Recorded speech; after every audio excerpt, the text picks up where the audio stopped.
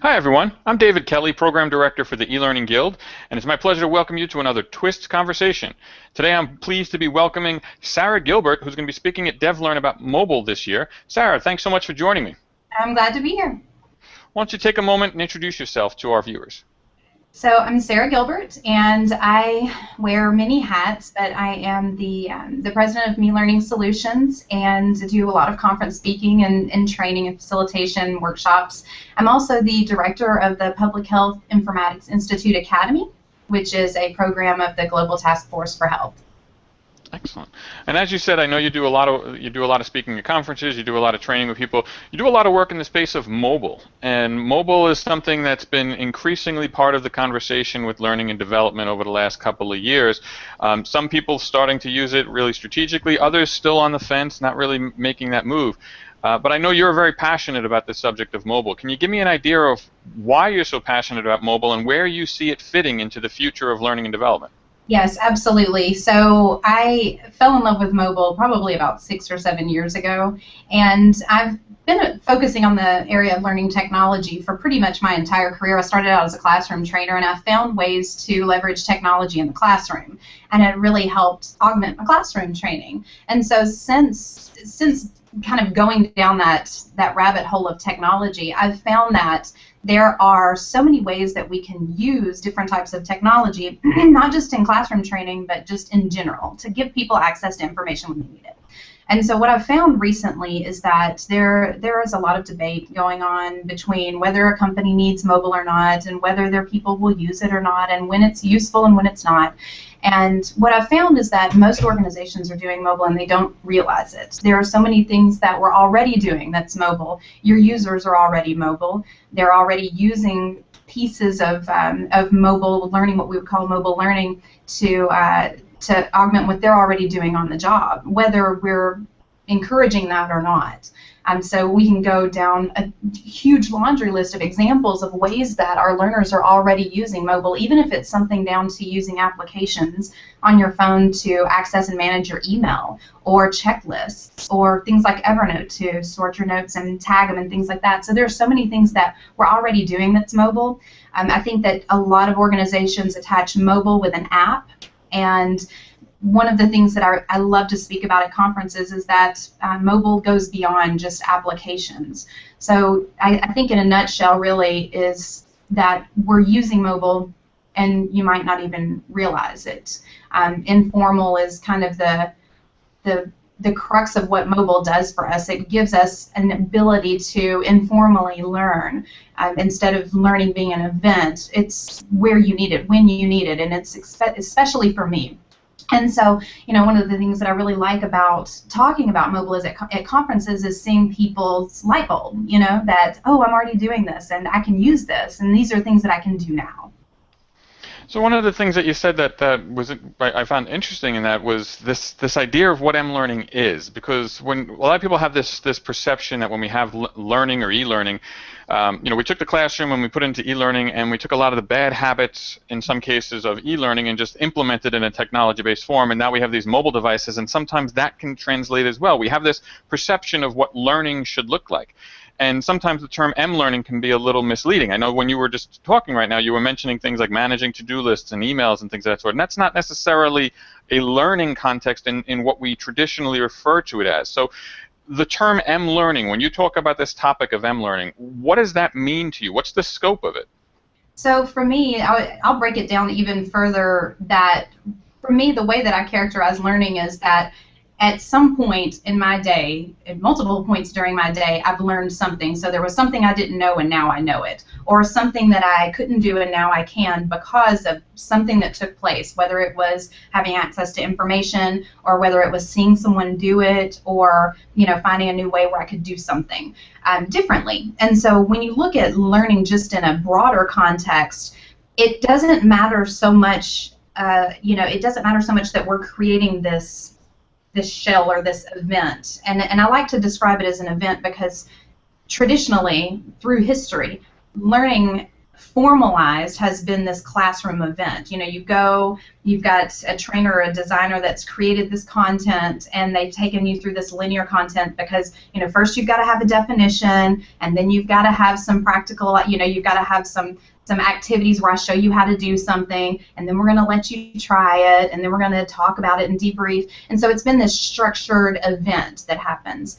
And what we've seen with changes in technology is that we've seen more of this mentoring capacity that used to be the case back, if you look back, where you were on the job and you had someone that could help you. You know, somebody who, the guy that had been there for 10 or 15 years, so when you had a question, they would help you.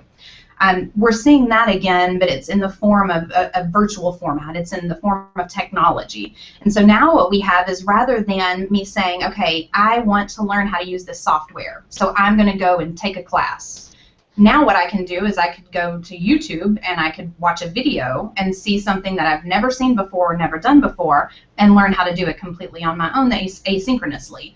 And so what we've seen now is that mobile gives us a unique opportunity to have access to information no matter where we are.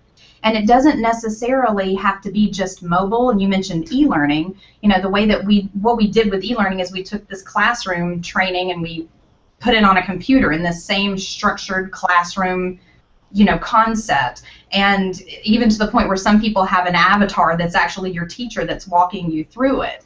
And that's where I think we kind of got off base, because we started using that for everything. So rather than leveraging e-learning for things like simulations and reusable content that a learner could go in and practice something over and over again without having any repercussion for that in a safe environment, you know, instead we used it as another classroom. I'm going to walk you through this again, and I'll let you try it in this, you know, sheltered one little instance. And so it's not that it was totally bad when it came to e-learning, but we have to think outside of this whole structured format for training. It's not just a classroom. It's not just an event. It's something that can happen in a variety of ways. So, you know, if we look at mobile, we have access to things like video, we have access to things like ebooks. Social learning is huge.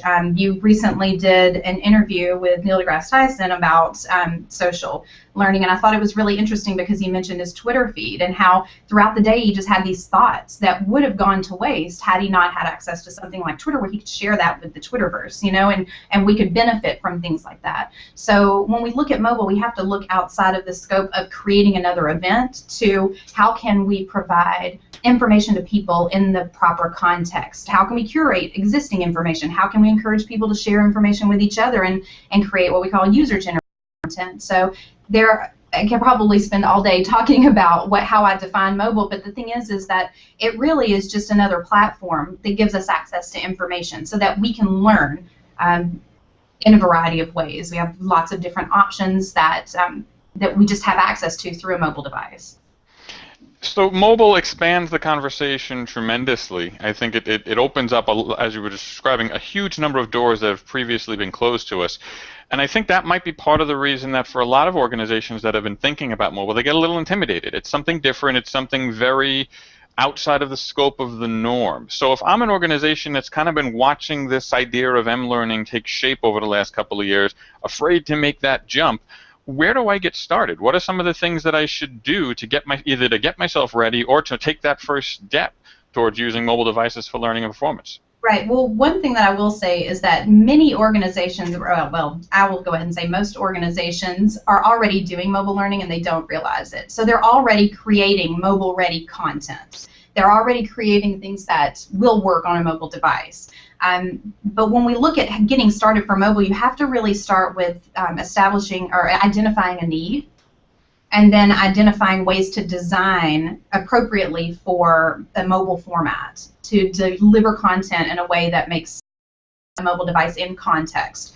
And so what that means for an organization is that you have people that have truly unique skills in the areas of instructional design. They may be e-learning developers. They may be managing the learning function. You know, they have all these roles where they have tons of experience and tons of way or insight to the context in which their learners are, or which their learners are in the process of doing work. So they can contribute almost all the way through to mobile development. They already have that those grounds of understanding where to start, right? So where they have to do, or what they have to do next, they have to go and determine how do we design for this? What's different in the way that we've been doing things now and how we need to do things differently for mobile. They can go to conferences like DevLearn, and that helps give them a ton of different options that will take you anywhere from getting started. How do I start to build a context for what I need to do in the mobile space for my learners? It can take me through design sessions so that I understand how to design appropriately for mobile. How do you organize your content?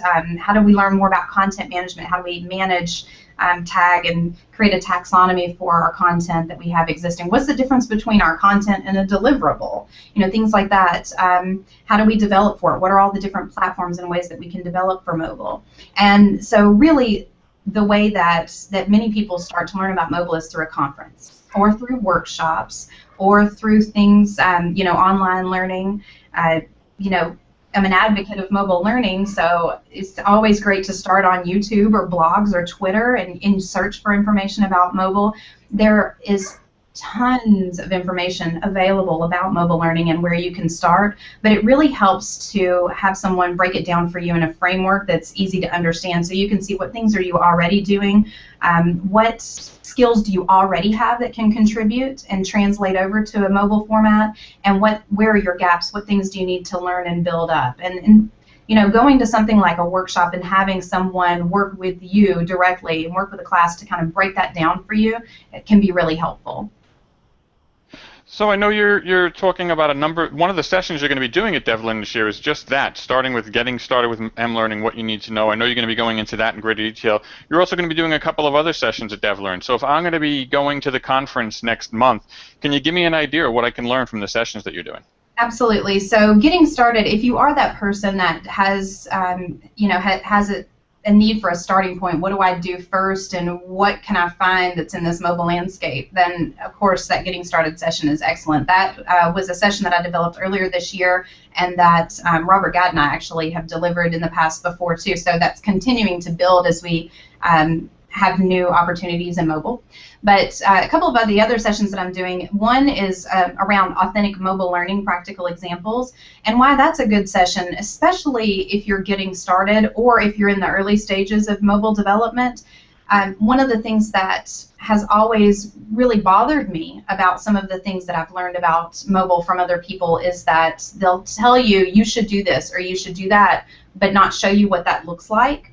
So one of the things that I really appreciate about DevLearn is that the sessions that you go to, you get to see those practical examples of what can I do, what is possible, and what does that look like in real practice, instead of, here are a lot of things that you should do or, that makes mobile this mystical thing. So the Authentic Mobile Learning Practical Examples session will give you some examples of things that you can do using simple rapid development tools. We also have a panel that we're going to be doing. It's a group of us from the mLearnCon organizers. We are going to talk about, well, you're moderating that, so we're going to talk about different considerations for mobile learning, and that's a really good place to come and bring your difficult questions. So if you have some hard questions that you want to come and try to stump the panel, it'll be me, Clark Quinn, Chad Udell, Robert Gadd, I believe, is there. Yep. And did I cover everybody? Yes, you did. So you can come and ask us your difficult questions, and we love that kind of stuff because if we can't answer it, we take it as a challenge to try to find the answer. And then I have some other things that I'll be doing at the Adobe Learning Summit before DevLearn on location-based learning, and there are some really great opportunities at DevLearn to learn some things about geolocation and how you can provide content to people while they're in a moment of need based on where they are. And so that's going back to that context piece. How do I identify what context that user's in, and how do I give them information that's appropriate to that based on what their needs might be in that moment? Excellent. Well, it sounds like you're going to be very busy at DevLearn next month. Yes, it's hard to keep it straight, but yes, I'm really excited. This is absolutely hands down my favorite conference of the year, so I'm really looking forward to it. Excellent. Well, we're looking forward to it as well. And if you want to learn more about any of the sessions that Sarah is going to be doing, or any of the sessions at all that are going to be going on at DevLearn this October, please do visit our website, devlearn14.com. The DevLearn Conference and Expo takes place October 29th through the 31st at the Bellagio Hotel in Las Vegas. We've got a number of great keynote sessions highlighted by our keynote speaker, Neil deGrasse Tyson, over 120 different learning opportunities from experts like Sarah, and a number of other great things that are going to be going on at the conference this year. So to get more details, visit the website, devlearn14.com. Sarah, I want to thank you so much for spending some time today talking about mobile learning with me. Thanks a lot. I'm looking forward to seeing everybody in October. And I look forward to seeing you then as well. And we look forward to seeing you in October next month, or we look forward to seeing you next time online during Twist Conversations. Take care, everybody.